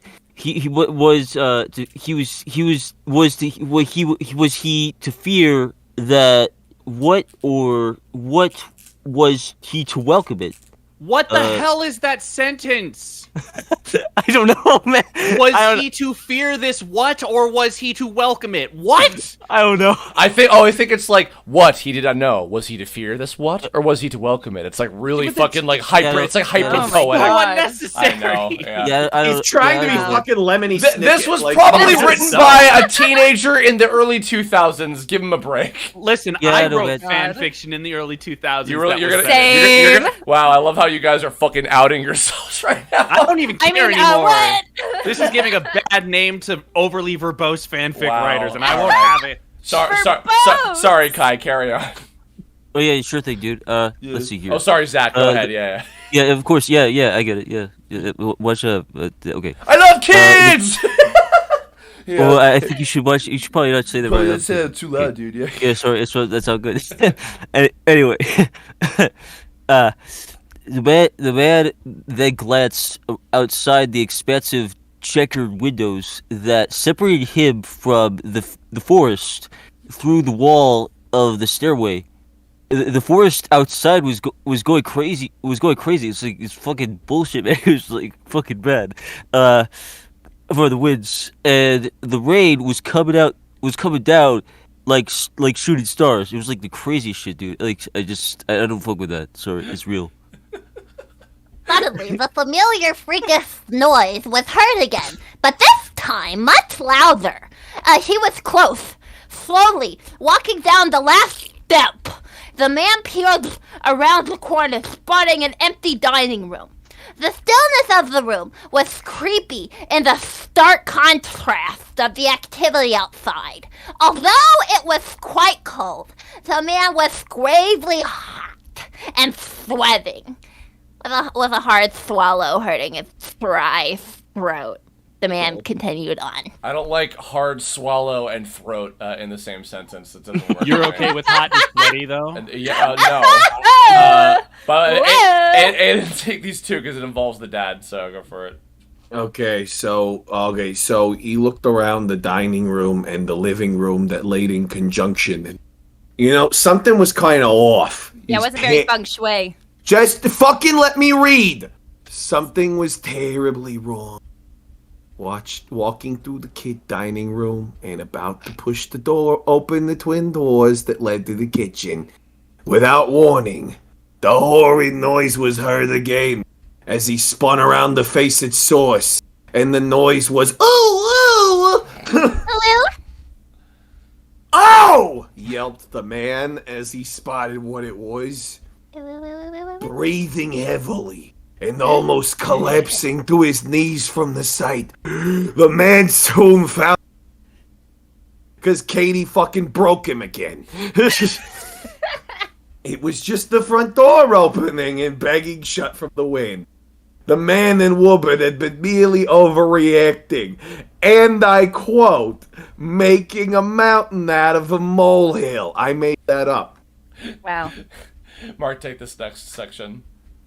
Walking lightheartedly to the front door, the man then slowly shut it and latched it up tight. This might just have been the thing to lighten up the whole ordeal once the man's wife learned what they were so afraid of. Nothing. Just as his tense muscles had relaxed a bit, a blood-curdling scream echoed throughout the house. His wife, she was in trouble. The man, as fast as he could, rushed up the stairs and moved for their bedroom door, only it was locked up tight. Dad? Wait! Honey! What? Open the fucking door! Nah. Are you okay? I said open the fucking door! No, I'm good. What? Oh no, I can't hear you. Can you open the fucking door? What No, responded I to his think- plea was a soft moaning causing the man to panic, shaking the door violently. He knew that a life could end in a matter of seconds if he did not act fast. 50 and Shades of Grey. that is why he had to get to that room now. With one hard kick of his foot, the door broke open where he was met with the most vulgar sight. Yes! Kick! A large red and orange feathered bird was cowering over his wife, who had laid on the bed lifeless. Oh shit. Fucking big bird! It's not what it looks like.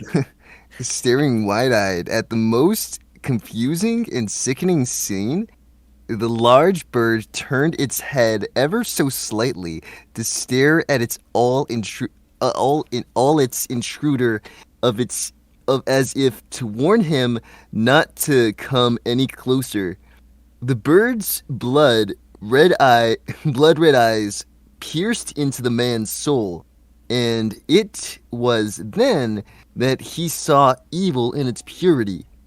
The bird was not that of the stork they had been expecting, but that of a fiery phoenix. Oh, jeez, Jaxie, this is like some really bad stuff. Beside his wife, whom laid in bed, he could see what looked like blood. Threat or no threat, he had to help his true love. Like honestly, I didn't like it. Yeah, I don't. When did like Tomar get here? Tomar! He's been here the whole time. Yeah, that's what I'm doing. I'm doing my fucking Tomomoto. Fucking an actual thing that he said once. I'm like, what are you doing? I was just like, what are you doing, man? He's like, I'm doing my fucking Tomomoto. All right, Katie, your turn. I'm sorry. Oh God. Hey yo, so yeah, charging at the bird, the animal became like enlarged and exposed its massive wings to span my to intimidate my husband. Finally, someone got to put him in his place. Literally ginormous. Suddenly, the bird like shrieked and it was like a disturbing cry, causing the man to like stop in his tracks, cover his ears. It was really funny. Knocking over the furniture, trash in the room. The phoenix walked on its sharp and powerful claws over to the balcony, where it jumped down the stone ledge and then swooped off, flying into the mean night sky. That night sky owes me money, from whence it came. Yes, then taken back at what had happened. The man jumped onto the bed to examine his whore wife. She wasn't dead, unfortunately, but she was cut up pretty severely all over by what must have been wounds from the bird's sharp beak.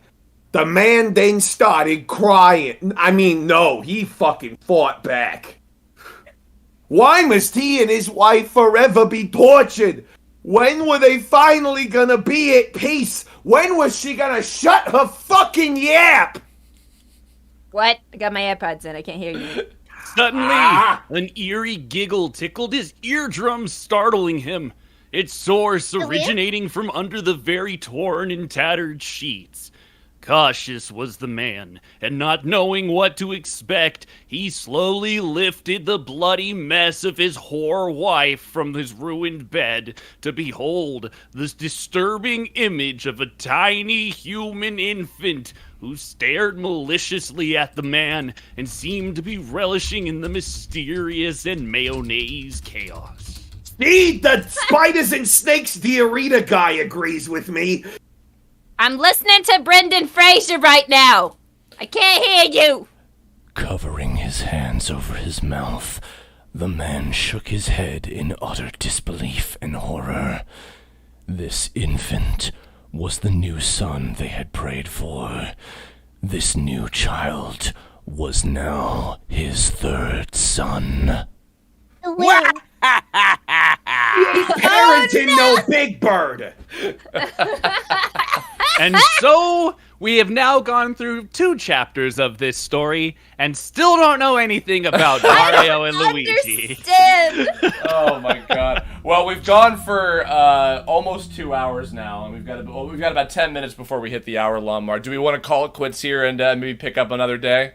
I do actually have to take off because I got to run to the post office. That's fine. Well, now that I know that this was going to take way longer than I expected, we can come back and if anybody else, Danny I think was really busy with work. I'm glad. Shout out to Danny Chambers, Skinny Mini 07 on Twitter. She's wonderful. Yeah. Hopefully she'll be able to join us next time.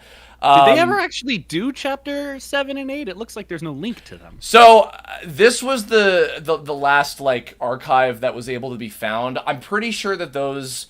Well, okay. You know what? I don't remember if these last couple were made. By the time we get to these later ones, I'll have a better idea. Because I do remember like the last couple bits of what they were. I oddly have specific memories of things that they were writing about before they kind of stopped, and then they like rebooted it and did like the third iteration of this, and then stopped that too. This is going way back into 15 years ago within my memories, but yeah. So we'll pick back up on the Super Mario Saga again, perhaps sometime in the future, if I can, God forbid, wrangle these poor saps into doing this shit again. This is fun. I feel like we've ascended. I feel scarred, but also thoroughly entertained. You can't be scarred by yourself, Katie. Oh my good lord. I got my reading practice today, so I'm. I was just like, what if I did Danny DeVito and Godfrey at the same time? I noticed it was like drifting in and out the whole way. Wow, it was pretty funny. Wow. I just went from like characters from like cartoons and stuff to just doing characters of people who are on Oni Plays. I'm not a great impressionist, so I was just trying to keep up with y'all because you guys blow me out of the water with your impressions. Alrighty. Well, guys, thank you all so much. I have your Twitters already on the screen, so people can go find you there. If they want to see your video. I don't know, but any stuff you're working on in general that maybe you want to plug or anything like that that you got coming up? I don't know. Next month on September 12th, because we just announced this today, if you are in the LA area, me and and a bunch of people in the cast of Chris Tales are going to be doing a signing at Game Rooms in Burbank. If you want to chill and hang and get autographs and things. Hell yeah. Yeah. Cool. Nice. Nice. You should do that and wear a mask. Yes, and wear a mask. And go do that. And go pick up Chris Tales for the Switch, right? Yeah. Excellent. Yeah. Nice. Yes, please do. What about the rest of y'all?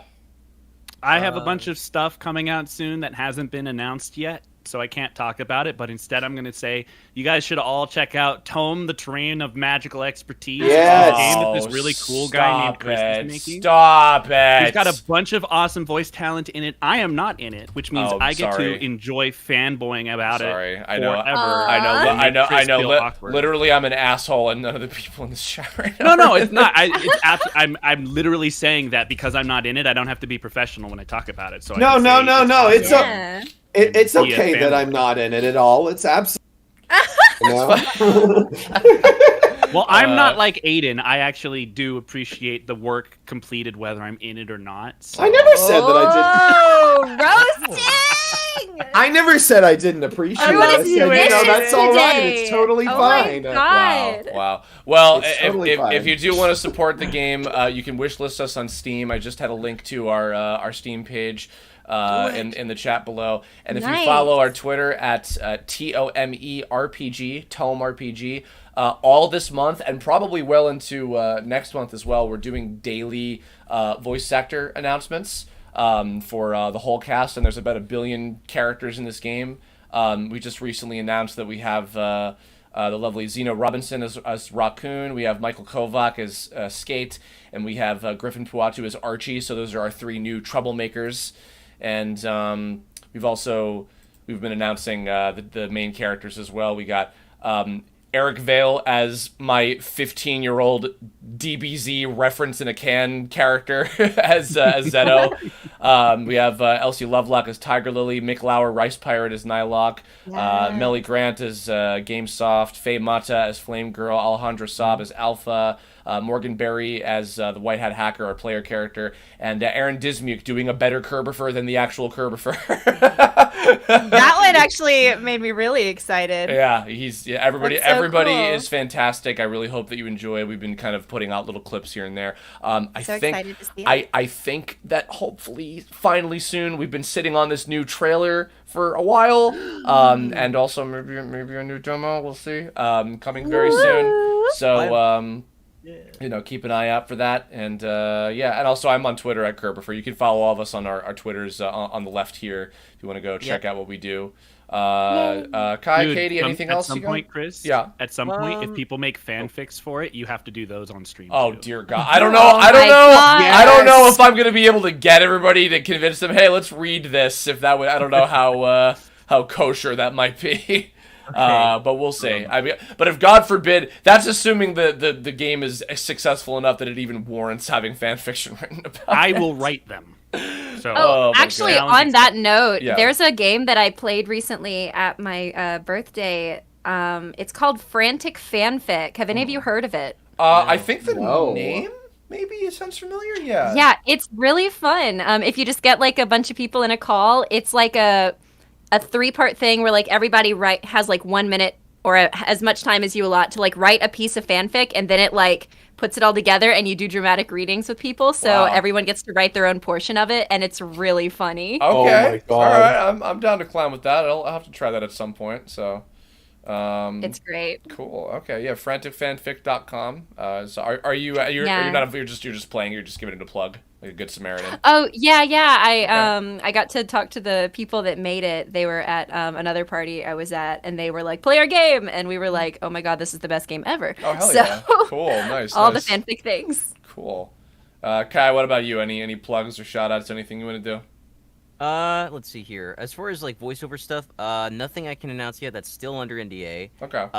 But as far as like content stuff, I'm planning to make another video essay eventually with my new PC setup on my channel Nerdy Kirikai on YouTube, where I talk about the nerdy things and stuff like that. Otherwise, if you want to just hear me like just talk about nerdy stuff and my adventures through manga reading and all that stuff, and what show I'm currently watching or whatever. It's Hunter x Hunter right now currently. You can see that on the good old Kirikai dubs on Twitter and Instagram and sometimes TikTok, but I rarely ever use that. So there's that. Cool. All right. And yeah, I've been trying as best as I can to get back into doing videos on a consistent basis. My arms are still really, really messed up. And I was going to say, you better not be pushing it. No, well, that's the thing is, like, this is one of the things that I've been trying to do that doesn't require me using my arms a whole lot, because even just, like, scrolling through a web page isn't that bad for me to just, have my splints on and everything. So it's fine. Because I would have loved to go back to, playing games. I wanted to play through all the Shovel Knight campaigns and stuff this past month, but I can't do that right now. And any little like physical energy that I have, I need to spend on doing testing for my own goddamn game. So, it's been a little rough lately. The last few months have been not easy on Christopher, but I'm trying my best. And, I'm trying to get at least, like, one video out every week just to, not have people think that I'm dead, because, as you guys know, that's how it works on YouTube. If you don't have... Right. If you stop doing a video for 5 seconds, people think, did you die? Where did you... I didn't know you were still making stuff. So, yeah.